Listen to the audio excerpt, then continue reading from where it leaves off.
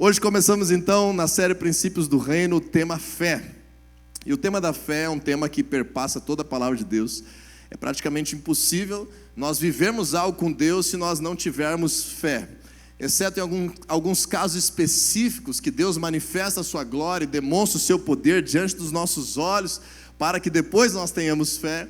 Normalmente o normal do reino de Deus é que primeiro nós venhamos ter fé, para depois nós venhamos colher aquilo que nós esperamos e que a palavra de Deus nos promete. Por isso que a fé é um princípio fundamental. Lá em Romanos 12:3, a Bíblia fala que todos nós recebemos uma medida de fé. Então, todas as pessoas têm uma dose de fé dentro de si, que podem ou não escolher praticar isso na sua vida, nas suas crenças, na sua relação com Deus. Em Hebreus 11:6, nós temos algo muito especial, que a Bíblia revela a necessidade da fé nessa nossa relação com Deus.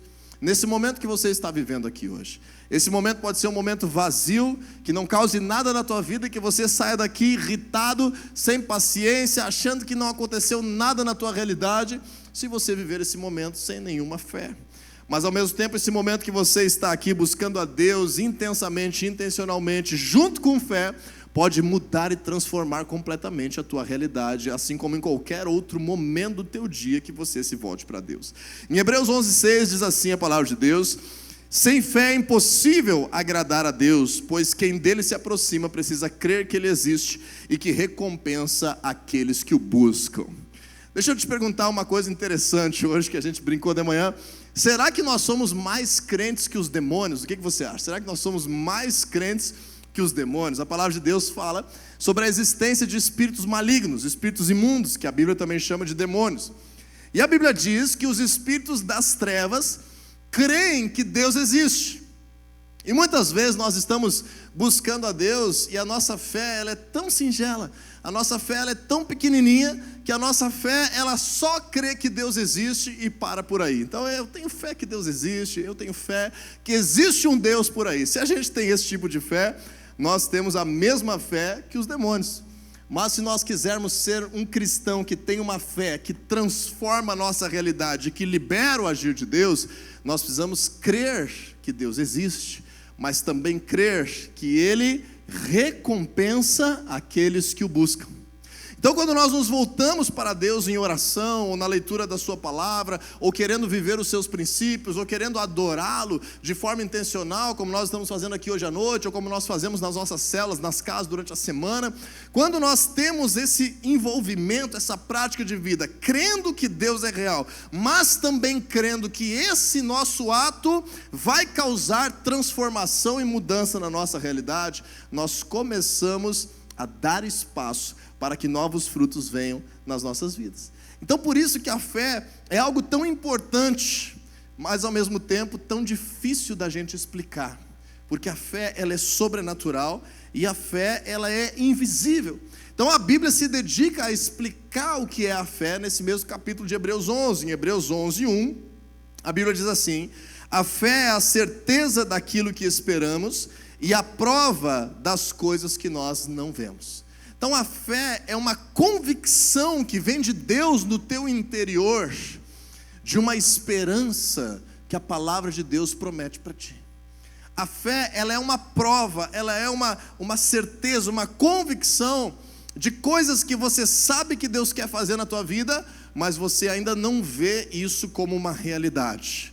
Então a fé é uma substância espiritual no nosso interior que nos dá uma esperança concreta e que nos dá uma prova daquilo que irá acontecer nas nossas vidas. Porém nós podemos ser pessoas de fé e que têm fé em outros deuses, que têm fé em outras coisas, ou às vezes que têm fé em nós mesmos. E nós vamos aprender hoje aqui como que a fé em Deus é tão importante para nós vivermos um cristianismo verdadeiro. Em Hebreus 11:1 ainda, mas agora lendo na versão do Almeida, revista e corrigida, se você puder projetar para mim, diz assim: a fé é o firme fundamento das coisas que se esperam e a prova das coisas que não se veem. E essa expressão a gente vai reter hoje aqui, diga assim comigo por favor: a fé é um fundamento. Fundamento, quando fala de fundamento, fala de um alicerce, fala de uma base, fala de algo que você preparou para poder construir em cima. Então por isso que hoje o primeiro princípio do reino de Deus que nós estamos abordando nessa série é o princípio da fé. Porque a fé é o fundamento, é a base, é o alicerce, é a estrutura para a gente construir tudo que a gente quiser na nossa vida com Deus, tudo que a palavra de Deus estabelecer como verdade para o nosso futuro. E aí nós vamos falar hoje de 3 grandes fundamentos da fé com relação à nossa vida no reino de Deus, nesse governo de Deus sobre nós, nessa interação que nós temos como parte do seu reino e da sua família nessa terra. E o primeiro deles é que a fé é o fundamento da nossa relação com Deus. A fé é o fundamento do nosso relacionamento com Deus. Quando nós paramos para pensar sobre isso, nós precisamos entender a importância da fé na nossa vida com Deus. E para isso eu gostaria de convidar a abrir a Bíblia no livro de Filipenses, lá no Novo Testamento, livro de Filipenses, capítulo 3, versículo 9, para a gente entender um conceito bíblico importante, que é o conceito da justiça de Deus, ou da justificação, ou de você, quando crê em Deus através de Jesus, se tornar uma pessoa justa dentro do reino de Deus, dentro dos projetos de Deus. Lá no livro de Filipenses, no Novo Testamento, uma carta pequenininha do apóstolo Paulo à igreja de Filipos. Filipenses capítulo 3, versículo 9, é um dos inúmeros textos da Bíblia do Novo Testamento que vai falar essa expressão justiça de Deus, ou justificação, ou nós sermos um justo diante de Deus, e que por vezes passa rápido, passa batido na nossa leitura, mas é crucial para que nós venhamos entender a nossa relação com o Senhor. Diz assim: e ser encontrado nele, não tendo a minha própria justiça que procede da lei, ou seja, não sendo eu perfeito, não sendo eu inerrante, não sendo eu alguém que é completamente perfeito para poder acessar a Deus. Eu não consigo ser justo sozinho no meu coração, nas minhas intenções para com Deus. Então, e ser encontrado nele, não tendo a minha própria justiça que procede da lei, mas a que vem mediante a fé em Cristo, a justiça que procede de Deus e se baseia na fé. Então a primeira coisa que nós temos que entender nesse princípio da fé é que a fé nos torna justos diante de Deus. A fé faz com que Deus aceite se relacionar conosco. A fé faz com que Deus deposite sobre nós quase que um carimbo que nos diz assim: a partir de agora eu estou te tratando como alguém justo, como alguém santo, como alguém que tem acesso à minha presença e ao meu reino. Por isso que nessa série do reino, dos princípios do reino, é importante nós falarmos sobre a fé, porque se tem uma coisa no mundo que nos afasta de Deus, essa coisa é o pecado. E o pecado constitui uma barreira que nos afasta de Deus. E Jesus, ele fez uma obra que nos livra do pecado, que nos salva da consequência dos nossos pecados. O salário do pecado é a morte, mas o presente que Deus nos deu é a vida eterna em Cristo Jesus. E essa vida também se traduz em não estarmos mais mortos, afastados de Deus, mas agora eu estar conectado e cheio da presença de Deus. E isso não vem pelo meu esforço, isso não vem pela minha prova de que eu sou perfeito. Isso vem pela substituição que acontece através da obra da cruz do Senhor Jesus. Talvez você hoje está nos visitando aqui, está começando, tem um monte de palavra diferente que você está ouvindo, mas eu preciso fazer essa introdução um pouco mais teórica. E a gente tem que gravar esse termo, diga assim comigo: a substituição de Jesus por mim. A obra da cruz, se a gente puder entender assim, ela fica muito mais clara, em que Jesus, sem ter pecado, recebeu a condenação dos pecados, para que nós, tendo pecados, fôssemos justificados, colocados como inculpáveis, colocados como agora isentos de condenação. Fez sentido? Quando você crê em Jesus, você recebe no teu espírito essa substituição. E agora nós que temos uma natureza pecaminosa, estávamos afastados diante de Deus, éramos culpados de estar sentenciados a viver afastados de Deus. Quando eu tenho fé na obra de Jesus na cruz que me salva, agora eu sou considerado justo diante de Deus. Então não importa o que eu faça, não importa o meu passado, não importa coisas que eu já plantei de ruim na minha vida, que como nós vimos hoje, eu posso até mesmo estar colhendo ainda consequências disso. Agora eu tenho uma relação que eu acesso à presença de Deus. E isso é muito importante eu entender nos princípios do reino de Deus, que a fé é o fundamento para eu me relacionar com Deus. Senão, a primeira vez que eu errar, a primeira vez que eu pecar, a primeira vez que eu fazer algo que eu não devia, depois de começar a conhecer a Deus, eu vou querer me esconder. Eu vou querer sumir da minha busca a Deus. Eu vou querer não mais estar no meio da igreja. Eu vou ter vergonha de orar. Eu vou ter vergonha de ler a Bíblia. Eu vou me sentir sujo. Mas não, a fé em Jesus me purifica, me lava. E quanto mais sincero, mais transparente, quanto mais clara é a minha oração, mais santificado eu fico na presença de Deus e mais poder eu tenho para vencer o pecado, para vencer as tentações. Está claro isso para você? Essa introdução é um pouquinho mais teórica, mas a justiça de Deus é essa condição espiritual que a gente recebe de poder acessar a presença de Deus em qualquer momento do dia, em qualquer lugar que a gente esteja. Você não precisa estar aqui dentro da igreja, junto com outras pessoas que têm a mesma fé que você, para que a tua oração seja ouvida, para que haja um milagre liberado na tua realidade. Agora, logicamente, quando a gente está junto com um monte de pessoa que tem a mesma fé, a busca fica mais intensa e às vezes as coisas fluem mais rápido. Porém, o nosso acesso a Deus, ele acontece dentro da nossa casa, ele acontece no trânsito, ele acontece onde a gente estiver. Você, pela fé, tem acesso a uma relação direta com Deus. Quando nós entendemos isso, a gente vai agora passar para o segundo passo. Se você quiser abrir na tua Bíblia comigo, pertinho de Filipenses, aí um pouquinho em direção ao início, o livro de 2 Coríntios. 2 Coríntios capítulo 5, versículo 7. Uma vez que eu tenho agora a oportunidade de acessar a presença de Deus, então eu tenho uma relação com Deus. Eu estou aqui adorando a Deus e essa minha adoração está sendo recebida. Eu estou falando com Deus e a minha oração está sendo ouvida. Eu estou crendo em Deus e o Senhor está vendo a postura do meu coração. Eu tenho uma relação com Deus. Então, se essa relação com Deus é verdadeira, eu passo a começar agora a transferir esse meu relacionamento com Deus para a prática da minha vida cristã. Então, agora, por segundo lugar, a fé é o fundamento da prática da minha vida cristã. É o fundamento do meu viver, é o fundamento do meu dia a dia, é o fundamento de eu ter resultado lá dentro da minha família, lá dentro da minha casa, no manejo das minhas emoções, lá nas minhas finanças, lá no meu trabalho, nas coisas que Deus me chama a fazer, em outras coisas que Deus me cobra que eu deixe de fazer, na minha linguagem, na maneira como eu me porto, em como eu reajo às circunstâncias, como eu domino o meu temperamento, como eu vivo a minha vida. Uma vez que eu tenho essa fé que me faz me relacionar com Deus, agora o segundo aspecto é que ela se torna a base, o alicerce, o fundamento para o meu dia a dia, para uma vida cristã, porque é uma fé em Jesus que me dá agora a resposta para a prática da minha vida. Senão a gente vira aquelas pessoas meio hipócritas assim, que se arruma tudinho e faz um monte de coisa cristã dentro da igreja e quando está na rua vive outra coisa completamente diferente. Aqui nós queremos ser uma família de discípulos. Um lugar de pessoas verdadeiras, transparentes e transformadas. Você não pode ver eu aqui falando de um jeito, me encontrar na rua e me ver vivendo de outro jeito completamente diferente. Nós temos que ter uma fé que se relaciona com Deus, mas que é frutificada na nossa vida. Está compreendendo isso, sim?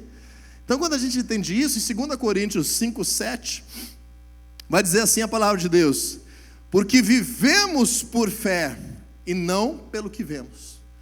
Vivemos por fé e não pelo que vemos. Vamos repetir junto esse texto? Diz aí comigo, 1, 2, 3 e... Pois vivemos por fé, não pelo que vemos. Que coisa doida é essa? Eu não vivo pelo que eu vejo, eu vivo por fé. O que quer dizer isso? Quer dizer o seguinte: você começa a conhecer o que a palavra de Deus te promete. Como a tua vida deveria ser uma vez que você tem uma aliança com Deus. Então você vê que você deveria ter paz, alegria, paciência, bondade, benignidade, mansidão, domínio próprio. Isso está dizendo aqui. Aí você olha para a tua vida e está faltando uns pedaços disso, entende? Então você não tem que viver aceitando isso que você está vendo como normal. Você tem que viver lutando para o que você crê se torne realidade na tua vida. Então você vê lá na palavra de Deus que você vai vencer toda a obra das trevas, que nada te separará do amor de Deus, e de repente acontece um monte de coisa errada na tua vida, começa a ter um monte de prejuízo, aí começa a ter um monte de coisa espiritual, e você se sente oprimido, e já começa a perder o sono, e vê vulto dentro de casa, e tem não sei o que, e começa a tomar remédio para isso, para aquilo, e tem doença que ninguém explica. Isso é o que você está vendo, isso é o que você está crendo. Então agora eu tenho que viver pelo que eu creio, e não pelo que eu vejo. Está conectando isso? Aí nós vemos lá na palavra de Deus que você vai ter uma vida abundante, que você vai comer o melhor dessa terra, que você vai plantar e vai colher, que Deus vai abrir as comportas do céu sobre a tua vida, vai haver prosperidade, e aí você trabalha, está sempre endividado numa miséria brava. Você está vendo uma coisa, mas a palavra de Deus está dizendo outra. Então você tem que trabalhar agora para viver pelo que crê e não pelo que vê. Ou seja, tudo que na nossa vida estiver desalinhado, aquilo que eu creio daquilo que eu estou vendo, eu preciso agora trabalhar para transformar. Eu preciso agora trabalhar para trazer a interferência de Deus, para que na minha vida cristã, o que eu leio da palavra de Deus, que é o que deveria ser, se torne na prática de verdade. Abraão, por exemplo, não podia ter filhos. Deus prometeu para ele que ele seria um pai de multidões. Ele confiou em Deus durante 25 anos até gerar o filho da promessa de forma sobrenatural. Esse menino crescer e gerar os seus filhos, e os seus netos gerarem outros bisnetos, e assim crescer, e Abraão se tornou o pai de uma nação inteira. Mas ele recebeu aquela palavra para ele crer antes dele ver. Quando Jesus estava na barriga da mãe dele, o anjo apareceu e disse: o nome dele será Jesus. Ele é o Messias, ele é o Salvador. Quando Jesus nasceu, o nenenzinho chorou lá, apareceu uns anjos lá no meio do campo, uns pastores estavam trabalhando de madrugada, e disse para eles: hoje nasceu em Belém o Salvador, o Messias. E ele era um bebezinho, ele não tinha como fazer isso. Ou seja, veio uma palavra de Deus antes de ser possível ver. Quando Davi estava pastoreando as ovelhas do seu pai, lá no campo, lá, cuidando de ovelhas, os seus irmãos é que estavam na guerra, ele estava lá, cuidando das ovelhas no campo do seu pai, veio o profeta, chamou os seus irmãos, que já eram maiores, mais fortes, mais treinados, e não quis ungí-los como rei, ungiu Davi como rei. E Davi recebeu a unção, a palavra de fé, que seria rei, muito antes que qualquer um pudesse ver.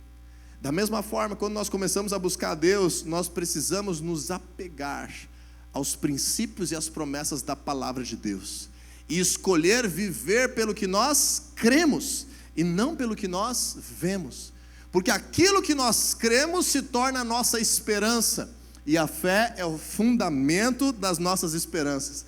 E se eu fundamento a minha fé nas minhas esperanças que vêm de Deus, o que vai resultar a minha construção? A minha esperança que veio de Deus.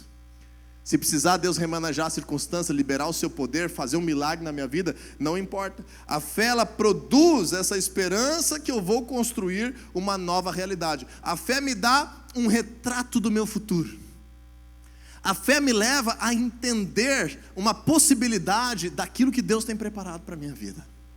Então a fé declara: pelas suas pisaduras eu fui sarado. Eu estou enfrentando uma enfermidade, eu olho pela fé que eu estou curado.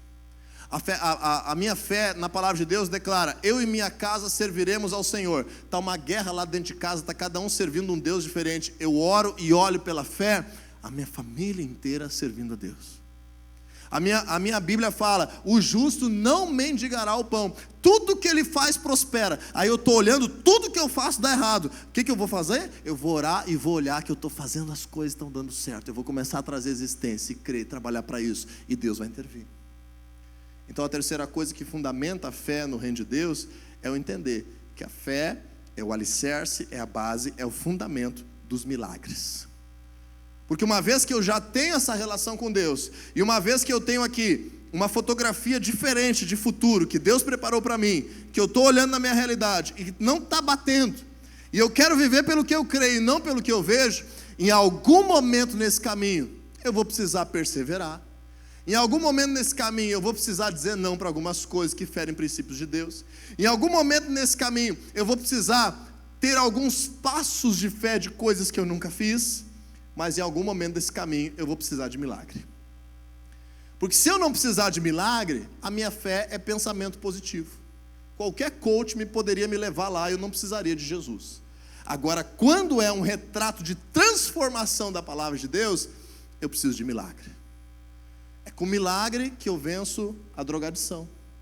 É com milagre que às vezes eu venço um vício em prostituição. É com milagre que uma pessoa pode vencer o casamento que já está fadado ao divórcio e restaurá-lo. É com milagre que a gente sai de situações que o diabo está causando e que precisa do poder de Deus para a intervenção. Então a fé é o fundamento dos milagres. Diz aí comigo, a fé é o fundamento dos milagres. Não tem milagre se eu não tenho fé. A fé é o fundamento dos milagres. Então em Mateus capítulo 11, se você puder abrir comigo na tua Bíblia, Marcos, segundo livro da Bíblia no Novo Testamento. Mateus é o primeiro, segundo é Marcos. Marcos capítulo 11, versículo 22. Eu quero te explicar algumas coisas importantes aqui nessa noite sobre fé. Sobre essa fé que gera milagres, essa fé que produz uma nova realidade.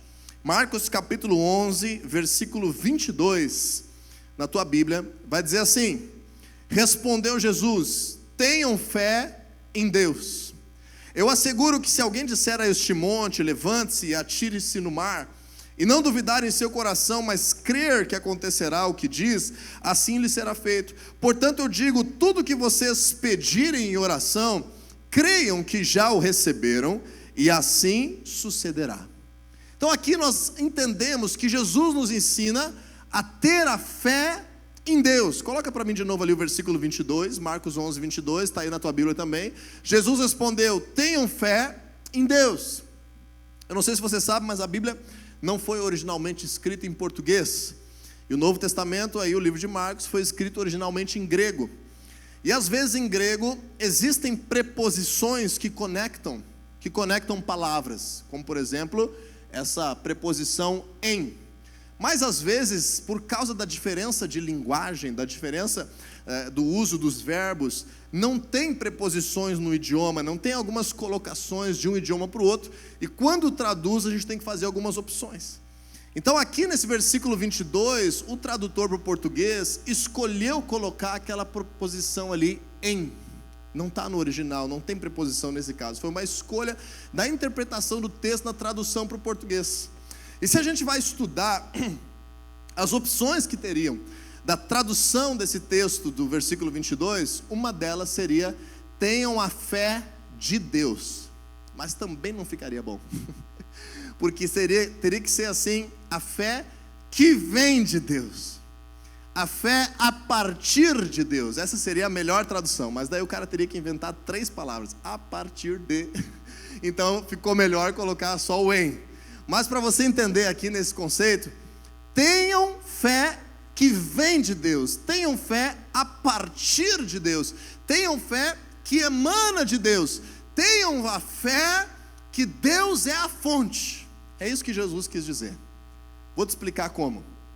Imagina agora comigo, lá em Gênesis capítulo 1, na primeira página da Bíblia, a Bíblia diz assim: no princípio criou Deus os céus e a terra. Gênesis 1.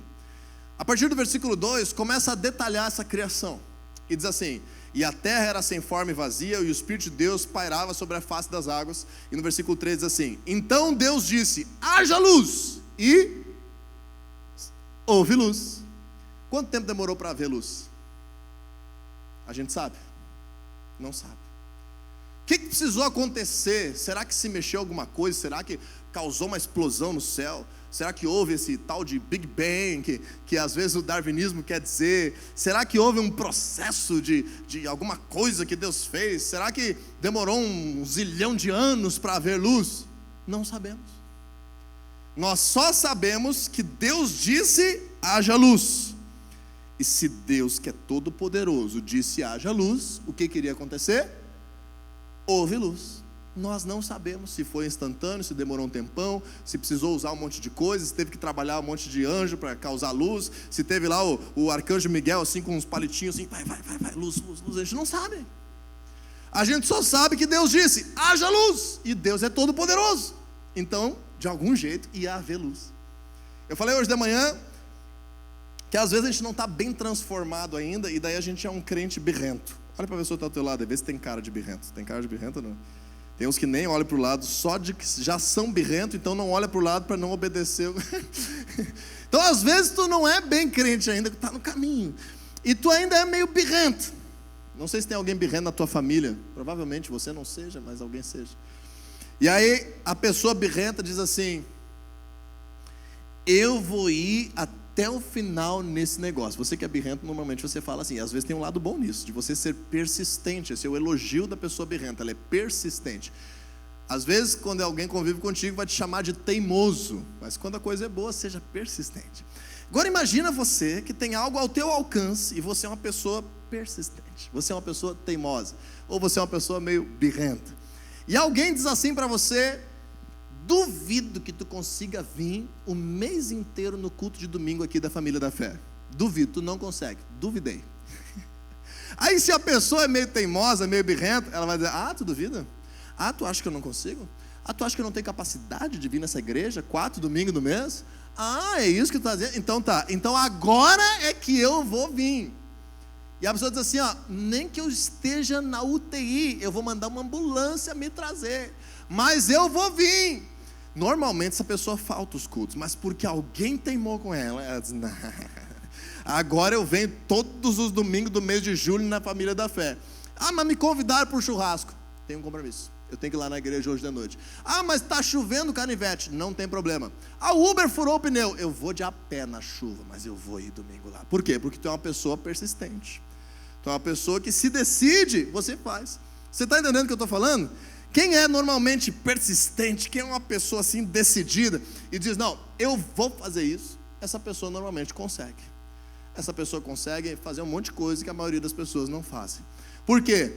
Porque ela empenha a sua palavra baseada no seu poder, baseada na sua capacidade.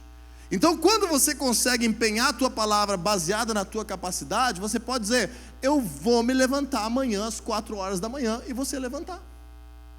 Mas se daqui a pouco isso não é importante para ti, vai te dar um soninho, tu virou para o lado e não levantou.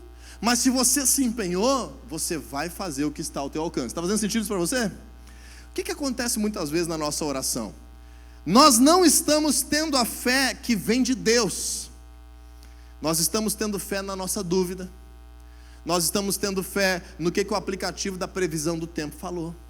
Nós estamos tendo fé no que os repórteres do noticiário falaram sobre o movimento da economia. Nós estamos tendo fé no que a dor que começou aqui na minha lombar está me dizendo o que eu posso e o que eu não posso fazer. E a gente está transferindo, orando a Deus, mas junto com orar a Deus, a gente está tendo uma fé maior na nossa incapacidade, ou na palavra de uma pessoa, ou numa coisa que está acontecendo. Jesus disse assim, em outras palavras, se você orar, como disse, um grande pregador, como se tudo dependesse de Deus, as coisas vão ser liberadas sobre a tua vida. A fé que vem de Deus é a fé que você ora e você entende, Deus é todo poderoso, não há o que possa impedir Ele de causar essa realidade na minha vida. Abraão entendeu isso quando Deus disse para ele que ele seria pai de multidões. Quanto tempo levou para ele gerar um filho de forma sobrenatural? 25 anos. Jesus curou gente instantaneamente. Os leprosos que Jesus curou, ele disse, vão pelo caminho mostrar aos sacerdotes. Eles iam ter que caminhar pelo menos uns 100 quilômetros para se mostrar ao sacerdote. E a Bíblia diz que no caminho eles foram purificados. Não sabemos se foi no quilômetro 99, se foi 100 metros depois que Jesus falou. Eu sei que tem coisas que Deus faz na hora nas nossas vidas e tem coisa que precisa de tempo. Agora, se vai acontecer ou não, é a questão de nós estarmos crendo no poder de Deus, não desistindo de crer. Então a fé é o fundamento para os milagres. É uma bênção quando a gente ora e as coisas se resolvem amanhã, mas nem sempre é assim. Jesus está nos dizendo no versículo 24, tudo que vocês pedirem em oração, Marcos 11, 24, creiam que já o receberam, e assim sucederá. Por quê, gente? Porque você está crendo, não é no teu poder. Você está crendo é no poder de Deus. Tem a fé que vem de Deus. Tem a fé que é a partir do poder de Deus. Então quando você orar, você já ore crendo que te acontecerá.